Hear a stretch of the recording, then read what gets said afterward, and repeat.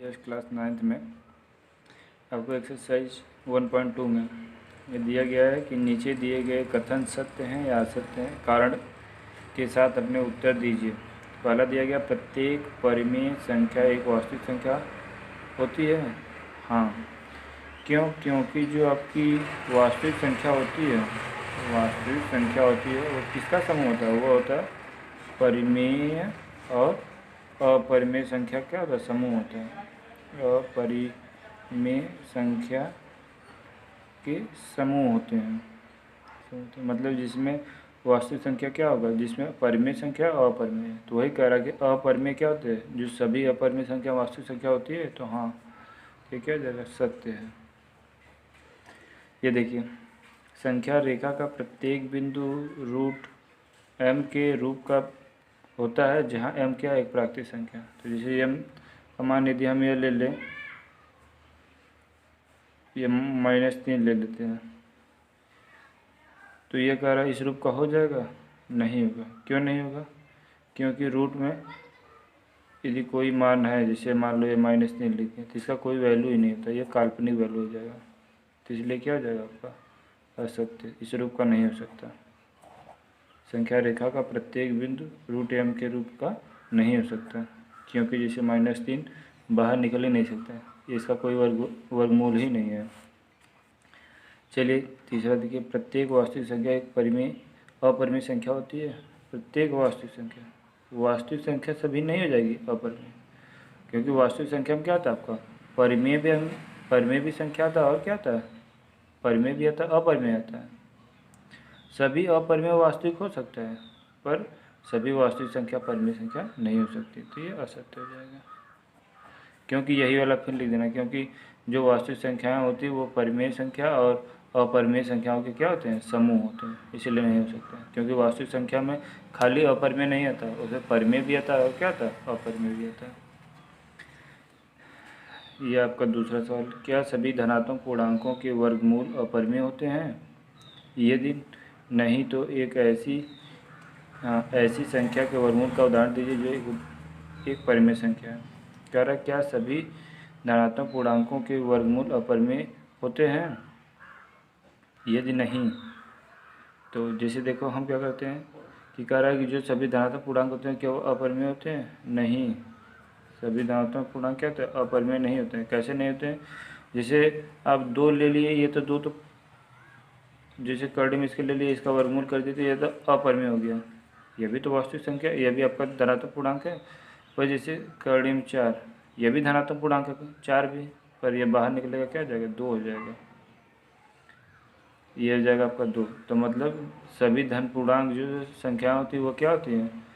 वो अपरिमेय नहीं होती हैं। तो ये पहला वाला नहीं होते हैं।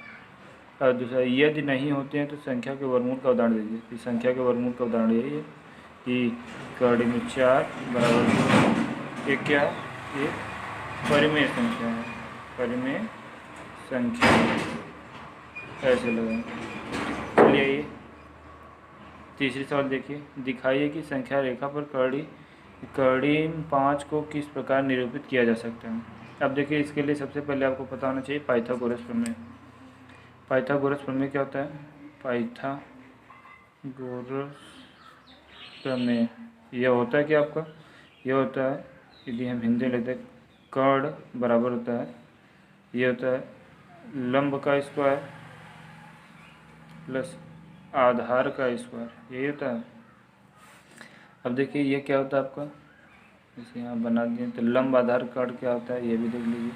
ये होता है आधार होता है, यदि कोण यहाँ बनाए तब। और ये क्या होता है आपका? ये होता है आपका लंब होता है, और ये क्या होता है आपका? कर्ण होता है। तो कर्डिम 5 को संख्या रेखा पर दिखाना है, तो कैसे दिखाएंगे? तो सबसे पहले आप संख्या रेखा ले लीजिए। संख्या रेखा ले लीजिए आपने, संख्या रेखा लिए, इस पर यहाँ पर बिंदु लिख दीजिए, मूल बिंदु जो आपका 0 से, तो हो जाएगा -1, इधर जाएगा -2 हो जाएगा, -3 हो जाएगा, इधर हो जाएगा 1 हो जाएगा, इधर हो जाएगा 2 हो जाएगा, इधर हो जाएगा आपका 3। अब पहले आपको पता होना चाहिए कर्डिम 5 का मान होता क्या है। तो ये 2 दशमलव कुछ आएगा, कि मतलब ये 2 और 3 के ही बीच में आएगा इसका, जो निरूपित करेंगे रेखा पर। तो आप सबसे पहले जानते हैं क्या करेंगे, अब यहाँ पर एक चित्र बना लेंगे इसी रूप में, यहीं पर हम बनाते हैं छोटा सा चित्र, इसका नाम देते हैं यहाँ पर ओ दे देते हैं, यहाँ हो जाता है ए, यहाँ हो जाता है क्या बी हो जाता है। अब देखिए जब भी हम ये लंब लेंगे, लंब जो लेंगे जैसे ओ बी बराबर लिख देते हैं, ये सूत्र क्या हो जाएगा आपका, सूत्र हो जाएगा ओ बी बराबर ब्रैकेट में हो जाएगा आपका ओ ए का स्क्वायर प्लस ओ बी का, नहीं जी यहाँ हो जाएगा ए बी हो जाएगा, ये कर्ण हो जाएगा ना, ये कर्ण आपका ए बी बराबर क्या हो जाएगा ओ ए का स्क्वायर और क्या हो जाएगा आपका ओ बी का स्क्वायर, ये हो जाएगा। अब देखिए आपको यह ध्यान देना है कि हर बार जब भी लंब लेंगे वो कितना लेंगे, एक लेंगे, एक इकाई, तो ओ बी कितना हो जाएगा आपका एक हो जाएगा, एक इकाई ले लिए। अब देखिए एक कवर करेंगे, अब हमको लाना कितना, कर्डिंग कितना लाना 5 लाना है, तो अब हमको एक का स्क्वायर करेंगे एक ही आएगा। अब यदि यहाँ पर और 4 रहता तो हो जाता, तो कितने का स्क्वायर कर देंगे 4 हो जाएगा, तो ये 2 का, ये अपने हिसाब से लेना है आपको, ये कहीं से आया नहीं है, तो इस जगह 4 हो जाएगा प्लस 1, कर्डिंग कितना हो जाएगा। ये ध्यान देना, फिर से एक बार देख लीजिए ये 2 कैसे लिए हैं कि हम पहले ये लंब वाला हर बार एक लेंगे जब भी निकालना होगा सवाल। अब जब आधार लेना होगा या आधार, तो ओ ए हम क्या लेते हैं, ओ ए हम 2 लेते हैं, इकाई लिख देंगे, ये भी क्या हो जाएगा इकाई हो जाएगा। कैसे लेंगे कि हमको पता है कि किसको दिखाना है, कर्डिंग 5 को दिखाना है, तो इसीलिए क्या करेंगे, यहाँ पर हमने ले लिया जो लंब है एक ले लिया, यही वो भी लंब है, और ओ ए क्या है आधार। अब आधार अपने हिसाब से लेना है, आधार अपने हिसाब से कैसे लेना है कि मतलब यहाँ पर 4 आ जाना चाहिए, कितने का किस संख्या का स्क्वायर करेंगे, 2 का स्क्वायर करेंगे 4 आ जाएगा। जैसे उदाहरण के लिए मान लीजिए कर्डिंग 3 को दिखाना है, तब क्या करेंगे, लंब आपका जो रहेगा उसमें एक ही रहेगा, लंब एक रहेगा, और आधार क्या रहेगा आपका, आधार क्या रहेगा आपका, ये ले लेंगे कर्डिंग में 2 ले लेंगे, कर्डिंग में 2 का स्क्वायर करेंगे, ये बात ध्यान देना वहाँ पर ऐसे निकालेंगे। अब देखिए यह हो गया आपका, यहाँ पर आप ये चित्र बनाते हैं, क्या करते हैं देखिए ओ ए कितना लिए थे आप, आपने इसको लिया था 2 लिया था, तो यहाँ से यहाँ तक जाएंगे, ये ध्यान देना ओ ए, ये इसको मूल बिंदु को ओ ले लेना यहाँ से, और ये क्या है यहाँ पर कौन सा बिंदु दिखा देंगे आप, यहाँ पर बिंदु दिखा देंगे आप ए दिखा देंगे, क्या दिखा देंगे ए दिखा देंगे, ए दिखा दिए, ये कितना का यहाँ से यहाँ तक 2 सेंटीमीटर है, यहाँ से लंब ये इंचल से खींचना, ये इंचल से कितना खींचेंगे 1 सेंटीमीटर का, 1 सेंटीमीटर की ये दूरी खींचना, ये दूरी क्या हो जाएगी आपकी बी हो जाएगी, क्या हो जाएगी आपकी दूरी बी हो जाएगी, 1 सेंटीमीटर का खींच लिए। उसके बाद यहाँ से यहाँ तक मिला देना इसको। अब बताएं अभी निकाले ना, ये यहाँ से यहाँ तक कितना था 2 था आधार, और ये लंब कितना था 1 था, ये आया इसका मान कितना √5 आ गया। अब जब चित्र बनाना है तो हम बताएं ना इसका मान आएगा 2 दशमलव कुछ आएगा कर्डिंग 5 का मान। अब देखिए गोला प्रकार में आप पेंसिल डाल के गोला प्रकार यहाँ पर रखना, और यहाँ तक दूरी लेना बी तक, ओ से बी तक दूरी लेना, एक चाप लगा देना ऐसे यहाँ तक, तो ये जानते हो कहाँ पर आ जाएगा, ये चाप लगाओगे तो यहाँ तक आ जाएगा, तो यहीं आ जाएगा कर्डिंग 5 की वैल्यू, तो ये लिख देंगे ओ बी बराबर क्या आ जाएगा कर्डिंग 5, ऐसे मान निकलेगा। ये समझ में आएगा नहीं, फिर से देख लो कि जो ये सब आप लिए हो बस यहीं पर सब दिखाना है। ओ ए कितना हो गया था आपका 2 है इकाई, और ओ बी कितना क्या था आपका 1 हो गया, तो ये मान निकाले कर्डिंग 5 आ गया। अब क्या करना है यहाँ से यहाँ तक इसको मिला देना है, समझ जाएगा, और ये दूरी नाप लेना है, जब भी आप कापी बनाना अपने पेयर पे तो इसको नाप लेना, नाप के करना 1 सेंटीमीटर लेके। तो उसके बाद क्या करेंगे, उसके बाद करेंगे यहाँ से यहाँ तक इसको मिला देंगे, मिला दिए इसको ये √5 आया, इसको √5 यहीं लिख देंगे। अब करेंगे क्या, यहाँ से यहाँ तक गोले प्रकार में लेंगे दूरी, और पेंसिल और गोला प्रकार लगा के दूरी यहाँ तक लेंगे, और पेंसिल से क्या गोले प्रकार से यहाँ से चाप लगा देंगे, यहाँ से जैसे ये चाप लग जाएगा तो यहाँ तक आ जाएगा, यही बिंदु आ जाएगा आपका डी, तो यही हो जाएगा यह ओ बी और ओ डी बराबर ही होगा का, तो वही कर सकते हैं ओ डी बराबर कितना आ जाएगा √5, यही आपका √5 है यहाँ पर। चलिए आगे सवाल देखिए, चलिए सवाल नंबर 4 देखिए, कक्षा के लिए क्रियाकलाप वर्गमूल सर्पिल की रचना। कागज़ की एक बड़ी शीट लीजिए और नीचे दी गई विधि से वर्गमूल सर्पिल की रचना कीजिए। जो विधि दी गई यहाँ पर दी गई है, ये भी बताते हैं। सबसे पहले एक बिंदु ओ लीजिए और एकाग्र लंबाई का रेखाखंड OP1 खींचिए। एकाग्र लंबाई वाले OP1 पर लंब रेखाखंड P1 P2 खींचिए। अब OP2 पर लंब रेखा P2 P3 खींचिए।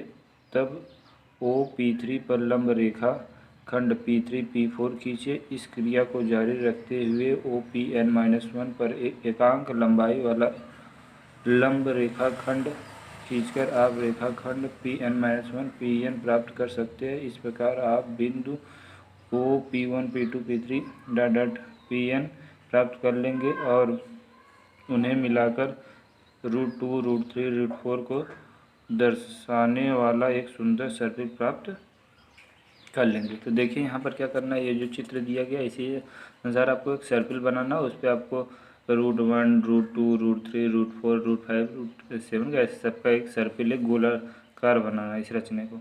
तो आप देखिए सबसे पहले क्या कहा गया, ये चित्र में या पहले से सवाल में दिया गया कि O से P तक की लंबाई, O से P1 तक की लंबाई 1 लेंगे और यह भी 1 लंबाई लेंगे। तो पाइथागोरस प्रमेय होता है ना, ये जुड़ जाएगा तो रूट में कितना आ जाएगा, 2 आ जाएगा।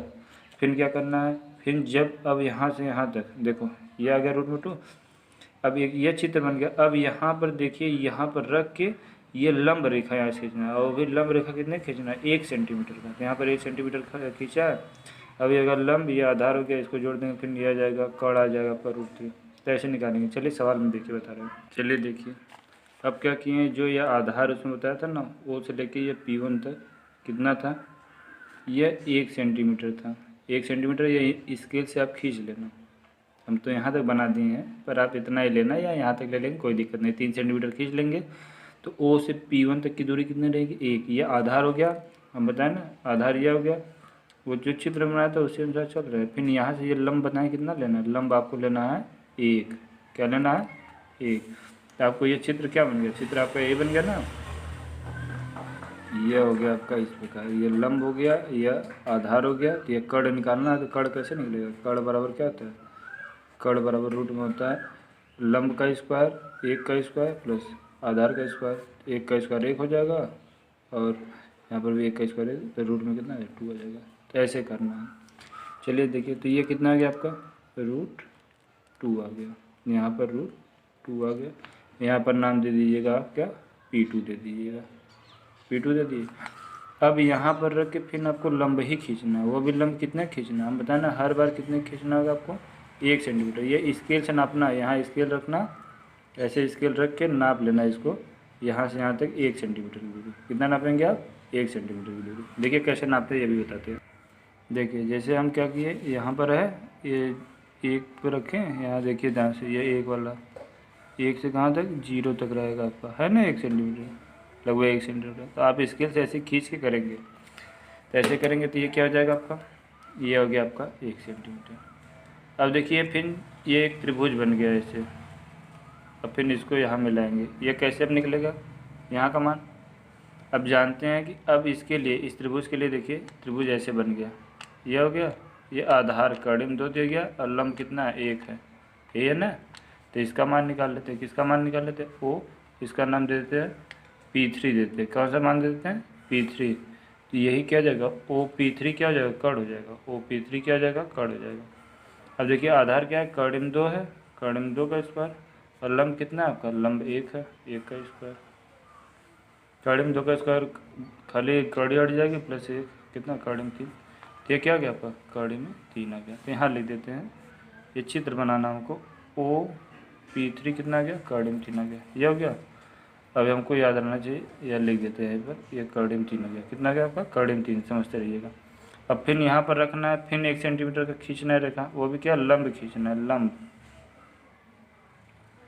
लंब खींच लिए, लंब खींच लिए। यहाँ क्या हो जाएगा, यहाँ बिंदु का नाम देना है P4 और क्या कर दीजिएगा, इससे मिला दीजिएगा। अब ये फिर एक त्रिभुज की रचना हो गई, त्रिभुज की रचना हो गई ना। अब त्रिभुज की रचना, ये कड़िम 3 हो गया और ये 1 हो गया, हो गया। तो ये हो जाएगा आपका OP4 कैसे निकलेगा, ये कड़िम 3 का स्क्वायर, ये 1 का स्क्वायर। ये हो जाएगा आपको कितना, कड़िम 1 प्लस ये हो जाएगा 3, ये हो जाएगा कड़िम 4। इसको क्या दिखा देंगे, कड़िम 4 हो गया। तो ऐसी रचना बनता जाएगा। फिर क्या करना है, यहाँ से आपको फिर 1 सेंटीमीटर की रेखा खींचना है, वो भी लंब रहना चाहिए, लंब रेखा को खींचने आता ही होगा। यहाँ पर दे दीजिएगा P5 नाम, ये भी 1 सेंटीमीटर है। यहाँ से यहाँ तक मिला दीजिएगा। अब ये हो जाएगा कितना, P अकॉर्डिंग 5 हो जाएगा। आप वैसे निकाल लेंगे जैसे बताया। फिर क्या करेंगे, अब यहाँ से फिर एक लंब रेखा खींचिएगा इस पर रख के, कितना 1 सेंटीमीटर का, ये P6 हो जाएगा। ये हो गया। फिर इसको, और एक अकॉर्डिंग 5 है, रूट में 5 है, इसका मान निकालेंगे तो ये कितना आ जाएगा, रूट हट जाएगा, खाली 5 + 1 कितना है, √6 हो जाएगा। ऐसे हो जाएगा। आप ये इसके इस स्केल से बनाएंगे तो बहुत सुंदर बनेगा आपका। फिर यहाँ पर क्या हो जाएगा आपका, यहाँ से फिर ये करेंगे तो ये हो जाएगा, इसको 1 सेंटीमीटर लेना, P7 हो जाएगा। ये हो जाएगा। ये रूट में, ये इसको यहीं मिलेगा मूल बिंदु पर, तो ये रूट में कितना आ जाएगा, ये 6 हो जाएगा, 1 कितना हो जाएगा, रूट में 7 हो जाएगा। तो ऐसे क्या आ जाएगा आपका, ये इसको सीधा रेखा यहाँ खींचना, ये भी 1 रहेगा, ये P8 हो जाएगा। थोड़ा साफ बना दीजिए। अब देखिए यहाँ से यह क्या है, 1 सेंटीमीटर ही है, और ये रूट में 7 है, इसका वर्क करेंगे 7 हो जाएगा, ये 1 हो जाएगा, जोड़ देंगे कितना जाएगा, रूट में कितना जाएगा, 8 हो जाएगा। ये सर्पिल मतलब एक वृत्त का आपको निर्माण करना था। फिर यहाँ से कितना लेंगे, ये लंब खींचेंगे। लंब खींचना, ये ध्यान देना है, यहाँ पर हम बना देते हैं, ये लंब है, लंब खींचा गया है। ये जहाँ पर ऐसा रेखा समझिए, वहाँ पर 90 डिग्री कोण बन रहा है। जहाँ 90 डिग्री कोण बनता है तो रेखा लंब होती है। यहाँ पर 90 डिग्री हो गया, ये भी 1 सेंटीमीटर हो गया, तो ये P9 हो जाएगा। और फिर इसको मिला देंगे, ये 8 का रूट में हो जाएगा तो रूट हट जाएगा, 1 ऐड हो जाएगा, कितना है, रूट में कितना जाएगा, 9 हो जाएगा। फिर ऐसे लंब खींचिएगा यहाँ से आप, ये लंब रहेगा आपका सीधा 1 सेंटीमीटर का। तो इसको क्या कर देंगे, ऐसे मिला देंगे, ये 9 हो जाएगा +1, रूट में कितना हो जाएगा, 10 हो जाएगा। ऐसे क्या करेंगे हम, यहाँ लंब खींच देते हैं, यह भी 1 सेंटीमीटर हो जाएगा, P10 हो जाएगा। थोड़ा बड़ा हो जा रहा है, पर ये 1 सेंटीमीटर का आप खींचना जब चित्र बनाएंगे तो, खाली हम समझाने के लिए ऐसे बता रहे हैं। फिर क्या हो जाएगा, यहाँ पर ये रूट में क्या हो जाएगा, 11 हो जाएगा। फिर ऐसे क्या हो जाएगा आपका, यहाँ से 1 सेंटीमीटर का खींच देना, P11, तो हो जाएगा, रूट में कितना हो जाएगा आपका, यहाँ रूट में 12 हो जाएगा। फिर ऐसे खींच देना, यहाँ पर क्या हो जाएगा आपका, 1 सेंटीमीटर, तो क्या हो जाएगा, P13 हो जाएगा, रूट में 13 हो जाएगा। ऐसे ही आप चित्र बनाएंगे। फिर एक ये रेखा ऐसे खींच देंगे, ये क्या हो जाएगा, यहाँ जाएगा, √14 हो जाएगा। ये कितना था आपका, P10 हो जाएगा, P11, P12, P13, P14, ऐसे बनेगा चित्र। तो ये चित्र आपको सुंदर बनेगा यदि आप स्केल से बना रहे हो तो। ऐसे ही सवाल लगेगी। कोई सवाल दिक्कत होती है तो बताइएगा।